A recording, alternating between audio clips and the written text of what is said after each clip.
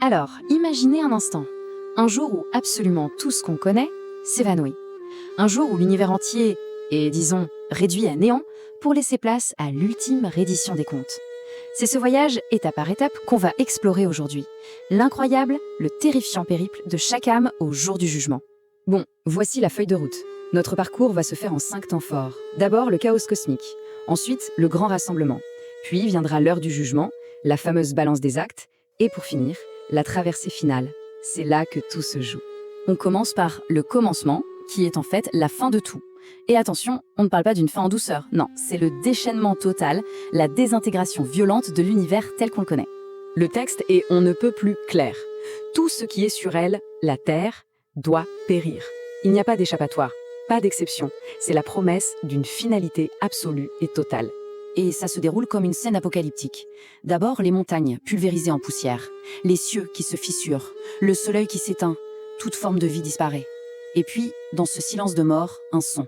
La trompe de l'ange Israfil qui retentit une seconde fois et qui rappelle toute l'humanité à la vie. Mais attention, ce n'est pas notre monde qui revient. Loin de là.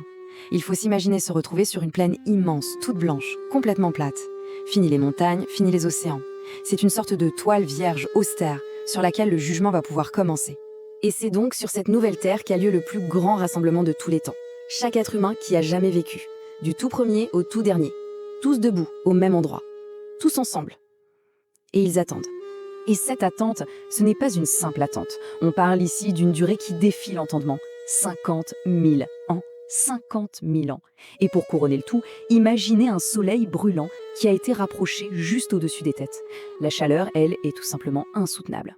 Et c'est là, dans cette fournaise, qu'on voit une première grande séparation. D'un côté, la majorité des gens, littéralement submergés par leur propre sueur, une angoisse physique et le reflet de leurs actions passées.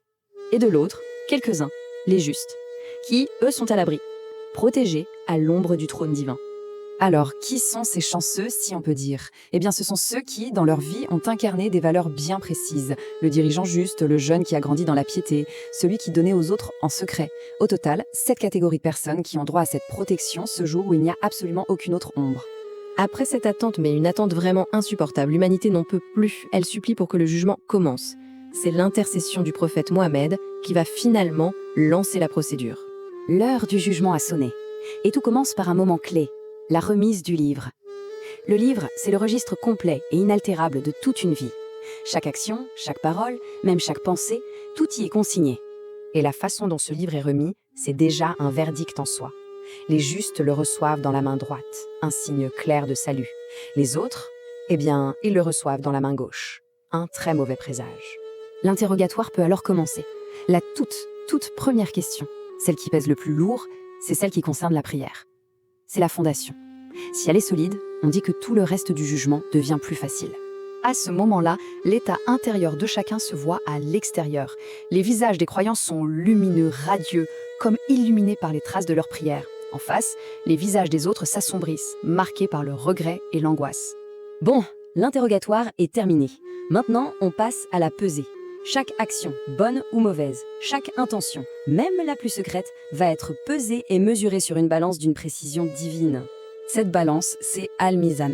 Et attention, ce n'est pas juste une image, une métaphore. C'est une balance bien réelle, physique, où chaque acte sera pesé avec une justice parfaite. Personne ne sera lésé, même pas du poids d'un atome. Le résultat est binaire, il n'y a pas d'entre-deux. Si la balance est lourde de bonnes actions, c'est le succès, le salut. Si au contraire elle est légère, c'est la ruine, la perte. Mais il y a une chose, une seule déclaration qui pèse plus lourd que tout le reste. Une phrase qui peut, à elle seule, faire pencher la balance du bon côté. L'attestation sincère et pure qu'il n'y a de Dieu que Dieu. Le jugement a été rendu. La balance a parlé. On pourrait croire que c'est fini, mais non. Il reste une dernière épreuve, et c'est peut-être la plus terrifiante de toutes. La traversée finale.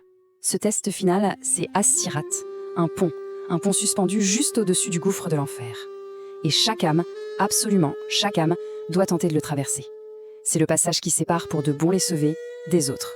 Et ce pont, franchement, il défie l'imagination.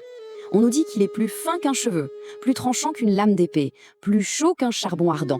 Et comme si ça ne suffisait pas, il est bordé de crochets prêts à agripper les gens, le tout dans une obscurité absolument totale. Comment traverser dans le noir? Eh bien, les croyants reçoivent une lumière pour les guider. Une lumière plus ou moins intense selon leurs actes. Les plus justes traversent à la vitesse de l'éclair. D'autres avancent plus lentement, comme un cheval au galop. Mais les hypocrites, eux, sont laissés dans le noir le plus complet, sans rien pour les guider. Et c'est là que le voyage s'achève. Pour ceux qui ont réussi à traverser, la destination est le paradis pour l'éternité. Pour ceux qui ont chuté, c'est l'enfer. 2 destinations finales, déterminées par le parcours de toute une vie.